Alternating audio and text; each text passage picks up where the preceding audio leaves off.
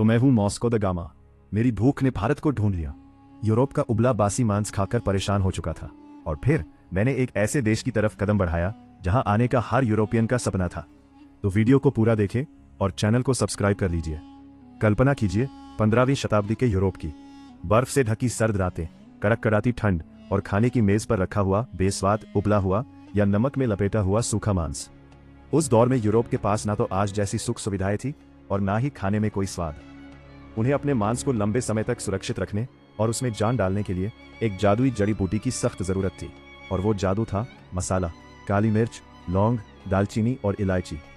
लेकिन दिक्कत ये थी कि ये मसाले उनके यहाँ नहीं उगते थे। ये आते थे एक रहस्यमयी, दूरस्थ और परिकठाओं जैसे देश से, जिसे दुनिया भारत कहती थी। भारत उस समय दुनिया का वो खास स्थान था जहाँ हर कोई जाना चाहता था, लेकिन किसी के पास वहाँ का सीधा रास्ता या नक्शा नहीं था। सदियों से अरब के व्यापारियों ने इस रास्ते पर अपना दबदबा बना रखा था। वे भारत से सस्ते दाम में मसाले खरीदते और रेगिस्तानी रास्तों से होते हुए यूरोप के बाजारों में उसे सोने के भाव बेचते थे। अरब के व्यापारी यूरोपियनों के लिए वो सख्त कर वसूलने वाले बन गए थे, जो कहते थे या तो हमारी मुंह मांगी कीमत दो या फिर अपना वो फीका और सड़ता हुआ मांस खाते रहो। यूरोप के राजा इस बात से बौखलाए हुए थे। खासकर स्पेन और पुर्तगाल के शासक, उनकी रातों की नींद उड़ चुकी थी। उन्हें भारत चाहिए था, लेकिन जमीन के रास्ते से जाना मुमकिन नहीं था, क्योंकि बीच में उस्मानिया साम्राज्य जैसी विशाल दीवार खड़ी थी। तब पुर्तगाल और स्पेन के राजाओं ने अपनी अपनी दूरबीनें उठाई और समंदर की उड़ती हुई खूंखार लहरों की तरफ देखा। उन्होंने तय किया कि जमीन का रास्ता बंद है तो क्या हुआ, हम पानी का सीना चीरकर भारत का दरवाजा ढूंढ निकालेंगे।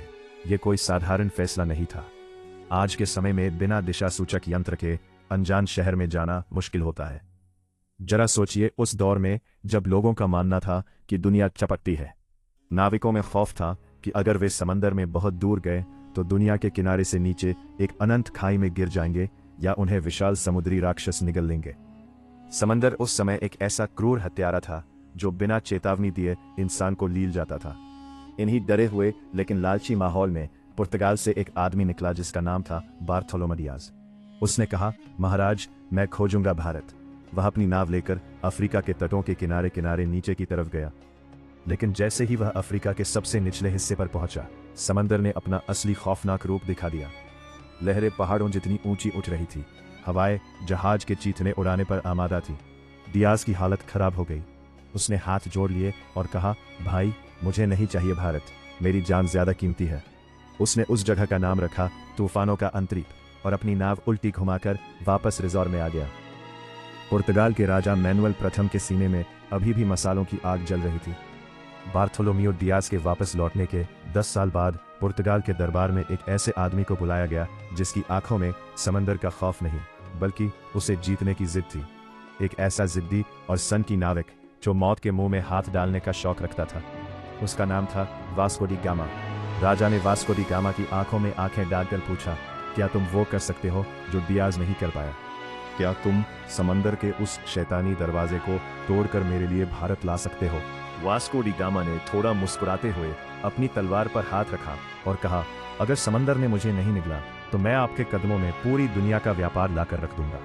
और यहीं से शुरू होने वाली थी इतिहास की सबसे खौफनाक, सबसे रोमांचक और दुनिया का नक्शा हमेशा के लिए बदल देने वाली समुद्री यात्रा। 8 जुलाई 1497 का वो मनहूस लगने वाला दिन पोर्चुगल का लिस्बन बंदरगाह किसी शानदार जश्न का नहीं, बल्कि एक खौफनाक मातम का गवाह बन रहा था। किनारे पर खड़ी हजारों की भीड़ ऐसे छापी पीट पीट कर रो रही थी जैसे वास्को डी गामा और उसके नाविकों को किसी समुद्री यात्रा पर नहीं, बल्कि सीधे यमराज के पास एक तरफा टिकट देकर भेजा जा रहा हो। जैसे ही लिस्बन का तट आंखों से ओझल हुआ और जहाज खुले अटलांटिक महासागर में पहुंचे, समंदर ने अपना असली खूंखार रूप दिखाना शुरू कर दिया। ना कोई दिशा सूचक यंत्र, ना कोई मौसम विभाग की चेतावनी और ना ही कोई दिशा बताने वाला यंत्र जो पूरी तरह सटीक हो। सिर्फ आसमान के तारे और भगवान के भरोसे ये मुसाफिर एक ऐसी दुनिया की तरफ बढ़ रहे थे जिसका नक्शा आज तक किसी इंसान ने नहीं बनाया था। कुछ हफ्तों तक तो सब ठीक रहा, हवाएं मेहरबान रही, लेकिन फिर अटलांटिक महासागर का मिजाज खराब हो गया।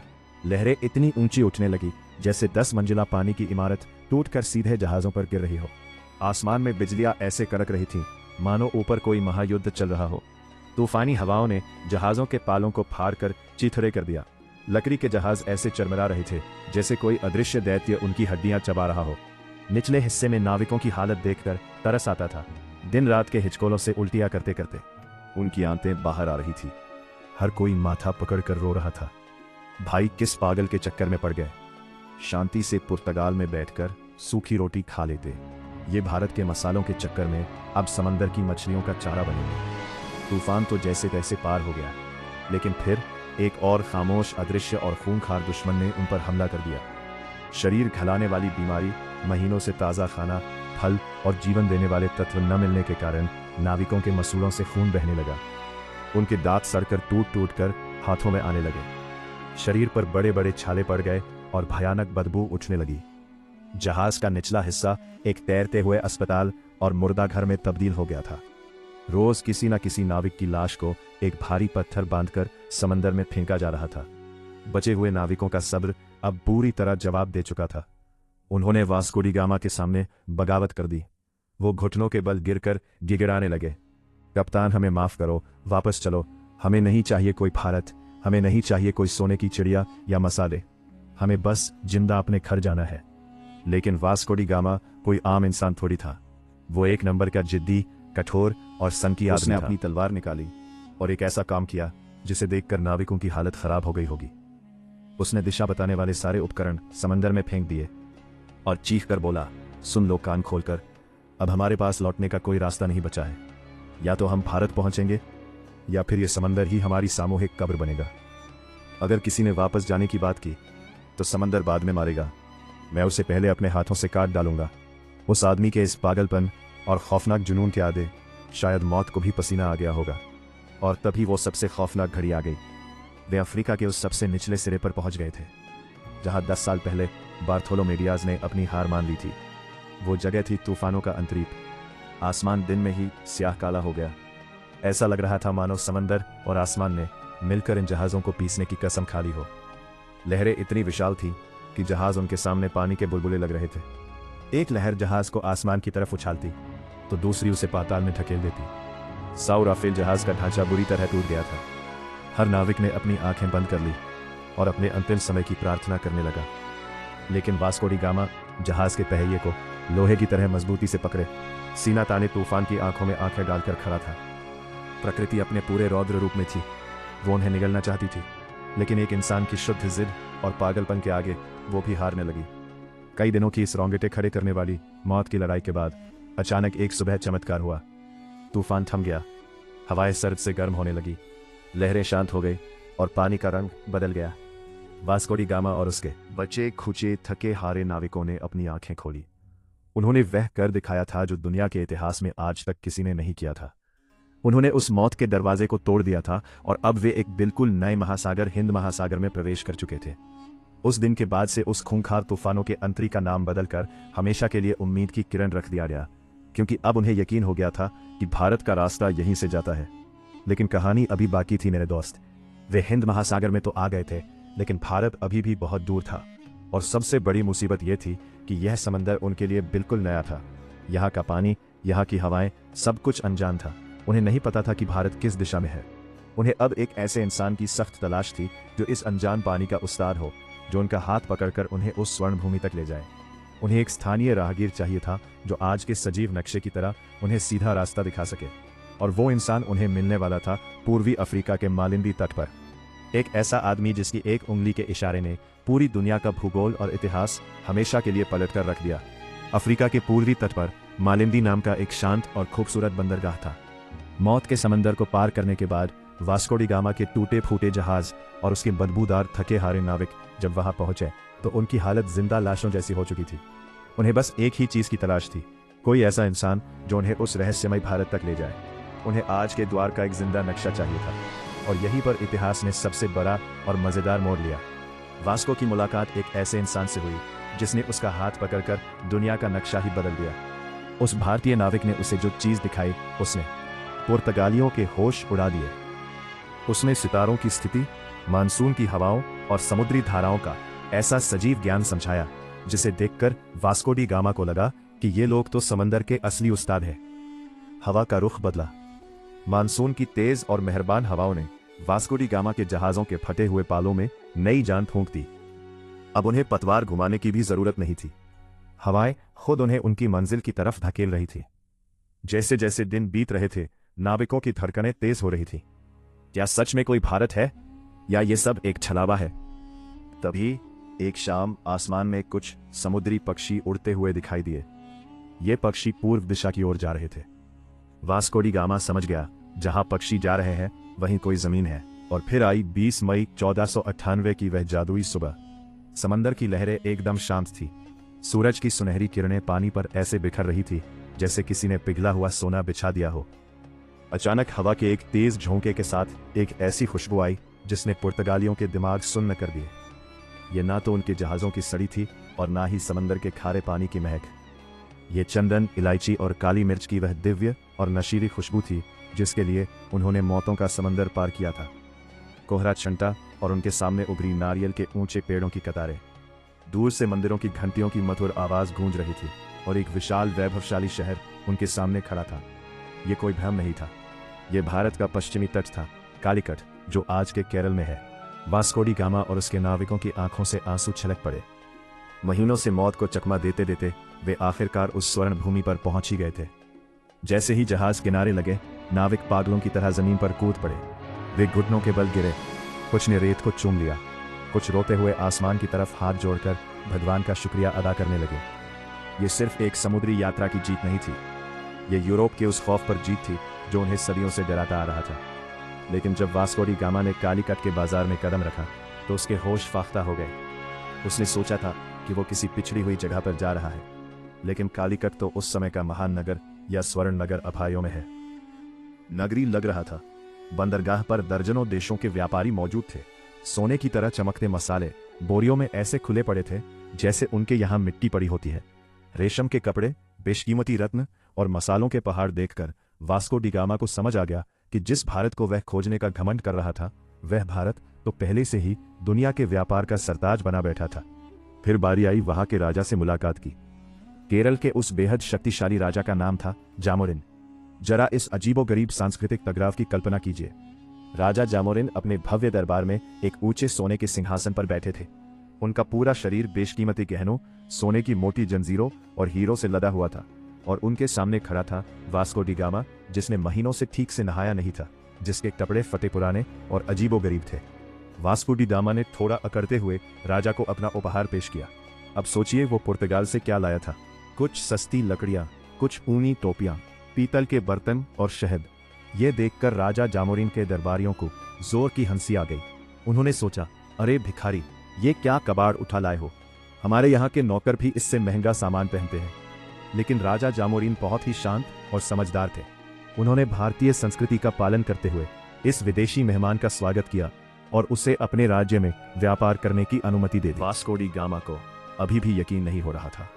जिस चीज के लिए यूरोप वाले सालों से तरस रहे थे, वो भारत में उन्हें बिना किसी लड़ाई के ऐसे ही दे दी। लेकिन वास्को की आंखों में अब एक अलग ही चमक आ चुकी थी। वो सिर्फ व्यापार करने नहीं आया था, उसने कालीकट की अपार संपत्ति देख ली थी और उसके लालची दिमाग में अब एक ऐसा शैतानी महायोजना पक रही थी जो अगले कुछ दशकों में पूरी दुनिया का इतिहास खून से लिखने वाला था। वास्को डी गामा ने कालीकट में कुछ महीने बिताए और वहां का चप्पा चप्पा छान मारा। उसने देखा कि यहाँ का माल तो एकदम सबसे उत्तम है। उसने अपनी बची खुची कौड़ियों और पैसों से अपने जहाज़ों को मसालों से ऐसे भर लिया जैसे कोई इंसान किसी मुफ्त की दावत में अपनी प्लेट में खाना ठूंसता है। काली मिर्च, लौंग, दालचीनी, जहाज़ों की लकड़ी तक मसालों की महक से सराबोर हो गई थी। एक भारतीय जहाज भी उसने अपने साथ ले लिया ताकि माल ज्यादा ले जाया जा सके।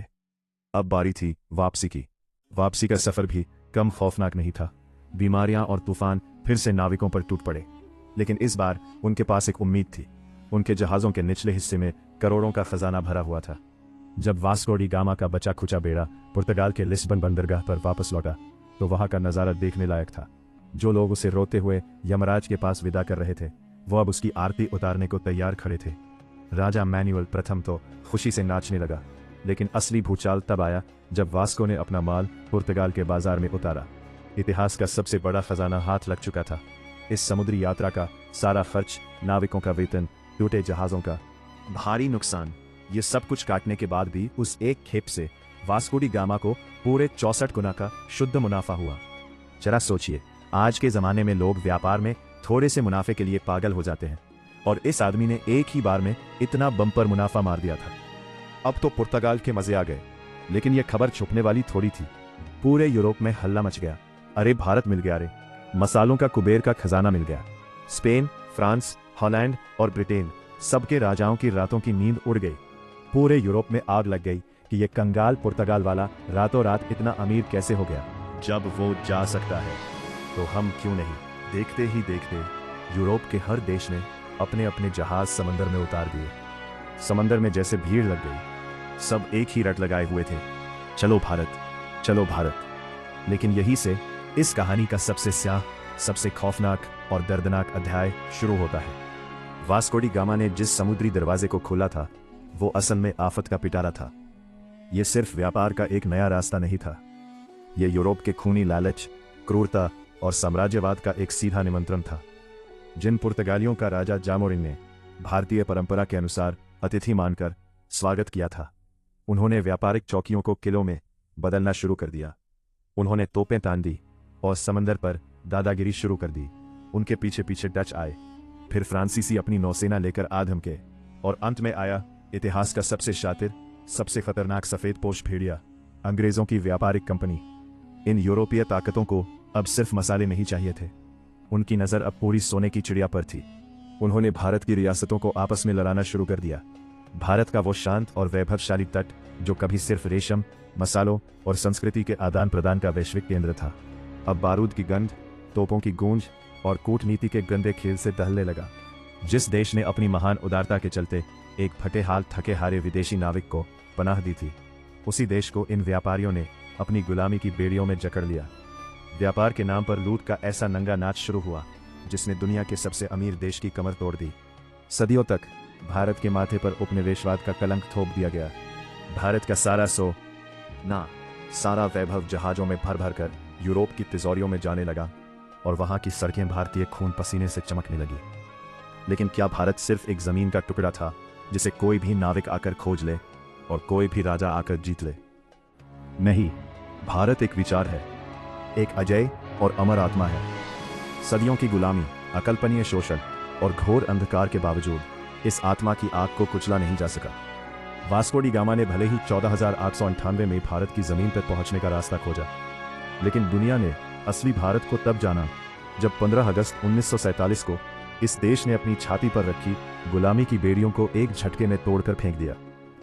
जब लाल किले की प्राचीर से आसमान में तिरंगा शान से लहराया, तो दुनिया को यह परम सत्य समझ में आ गया कि भारत को कोई खोज नहीं सकता।